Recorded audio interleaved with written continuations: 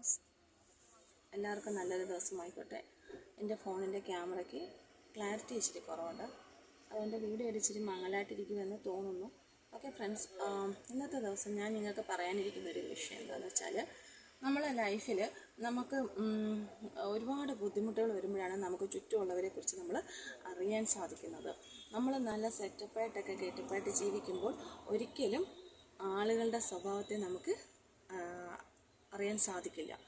അതുകൊണ്ട് അതായത് എക്സാമ്പിൾ പറഞ്ഞു കഴിഞ്ഞാൽ, ഞങ്ങൾ സൈക്കോളജി പഠിക്കുന്ന സമയത്ത്, ഞാൻ സൈക്കോളജി ക്ലാസ് അറ്റൻഡ് ചെയ്തിരുന്ന സമയത്ത് അവിടുത്തെ സാറ് പറയും, നമ്മൾ ഹിപ്നോതെറാപ്പി ചെയ്യുന്ന സമയത്ത് സാറ് പറയും, വേദന ഇല്ല എന്നോ അല്ലെങ്കിൽ വേദന വരില്ല എന്നോ ഒക്കെ പറഞ്ഞിട്ട് നമുക്ക് സജഷൻ കൊടുക്കാൻ പറ്റത്തില്ലെന്ന്.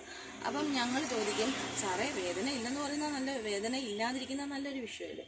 അപ്പം അവിടുത്തെ ആ സാറ് പറയുന്ന കാര്യം എന്താണ്, ഒരിക്കലുമല്ല, ഈ പനി വേദന എന്ന് പറയുന്നത് ഒരു അസുഖമല്ല. പനി വരുമ്പോൾ മാത്രമാണ് നമ്മളെ ശരീരത്തിൽ എന്തോ ഒന്ന് റോങ് ആയിട്ട് നടക്കുന്നു എന്നുള്ള അറിയാൻ പറ്റുന്നത്. അതേപോലെ തന്നെ നമുക്കൊരു വേദന വരുമ്പോൾ മാത്രമാണ് അവിടെ എന്താണ് എഫക്റ്റഡ് ആവുന്നത്, എവിടെയാണ് എന്നുള്ളതെല്ലാം നമ്മൾ തിരിച്ചറിയാൻ സാധിക്കുന്നത്.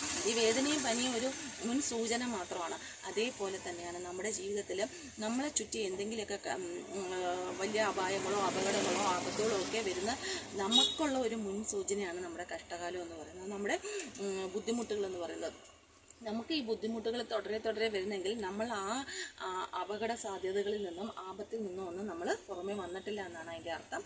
അതുകൊണ്ട് എപ്പോഴും നമുക്കൊരു കഷ്ടകാലം വരുമ്പം അത് എന്തുകൊണ്ടാണെന്ന് നമ്മളെ ചുറ്റി തന്നെ നമ്മൾ വീക്ഷിക്കുക. അതെപ്പോഴും നല്ലതായിരിക്കും. Okay friends.